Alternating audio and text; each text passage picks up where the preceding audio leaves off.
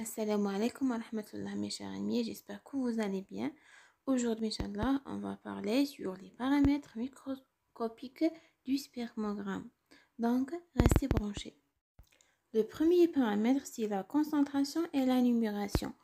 Donc, la concentration désigne le nombre des spermatozoïdes exprimés en millions dans un millimètre d'éjaculat. Cette procédure est proposée à titre d'exemple, avec une dilution de 1 sur 20, 10 microlitres de sperme avec 190 microlitres de liquide immobilisant. Étaler la dilution sur un hématimètre cellule de Thomas par exemple et faire la lecture. La lecture sur microscope optique, l'objectif pas 40.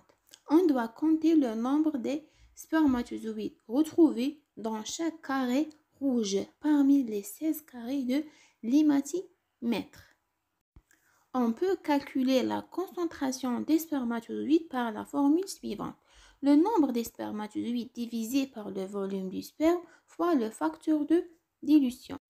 Le nombre normal des spermatozoïdes égal ou supérieur à 15 millions par ml ou égal ou supérieur à 39 millions par l'éjaculat.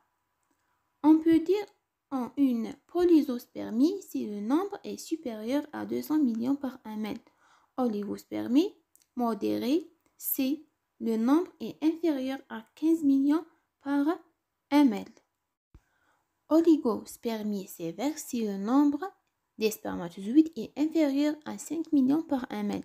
Oligospermie extrême si le nombre des spermatozoïdes est inférieur à 1 million par ml. On dit une cryptosospermie, désigne l'absence des spermatozoïdes à l'examen direct et présence des spermatozoïdes après centrifugation. Azospermie, c'est les spermatozoïdes sont absents dans l'éjaculat. Il faut vérifier sur le culot après centrifugation sur 2 recueils à 3 mois d'intervalle. Le deuxième paramètre, c'est la mobilité. La mobilité spermatique doit être évaluée après liquéfaction et idéalement dans l'heure qui suivent l'éjaculat. Elle est évaluée par l'observation microscopique d'une goutte de 10 ml de sperme entre la lamelle, soit à température ambiante, soit à 37 degrés Celsius au grossissement fois 40. Et un décompte est réalisé en visualisant au moins 100 spermatozoïdes et l'évaluation des grades se fait comme suit. Grade A, progression rapide. Les spermatozoïdes bougent bien en ligne droite à travers le champ du microscope. Grade B, progression lente. Les spermatozoïdes bougent lentement en zigzagant. Grade C, les spermatozoïdes bougent mais n'avancent pas. Seuls les flagelles bougent. C'est une agitation sans progression. Et le grade 4, c'est immobile. Les spermatozoïdes sont complètement immobiles.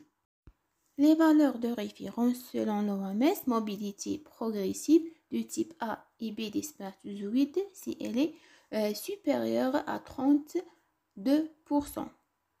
Mobilité de type A, B plus C des spermatozoïdes, si elle est inférieure à 40%.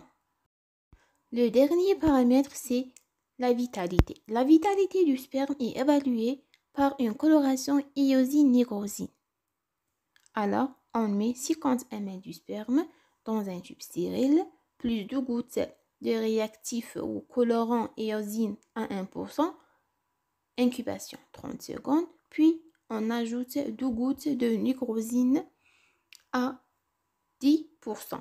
Déposer une goutte entre la mi-lamelle et faire un décompte de 200 spermatozoïdes au grossissement fois 40. Si les spermatozoïdes sont colorés en rose au niveau de la tête, sont des spermatozoïdes morts et sont faiblement et partiellement colorés en rose, sont des spermatozoïdes morts et les spermatozoïdes non colorés sont des spermatozoïdes vivants. La valeur de référence selon l'OMS est supérieure ou égale à 58%. On dit une nécrospermie si la vitalité est inférieure à 58%. J'espère que ces informations sont utiles et pour avoir beaucoup de détails, il faut consulter la page dans le Huda Bio et merci pour votre attention.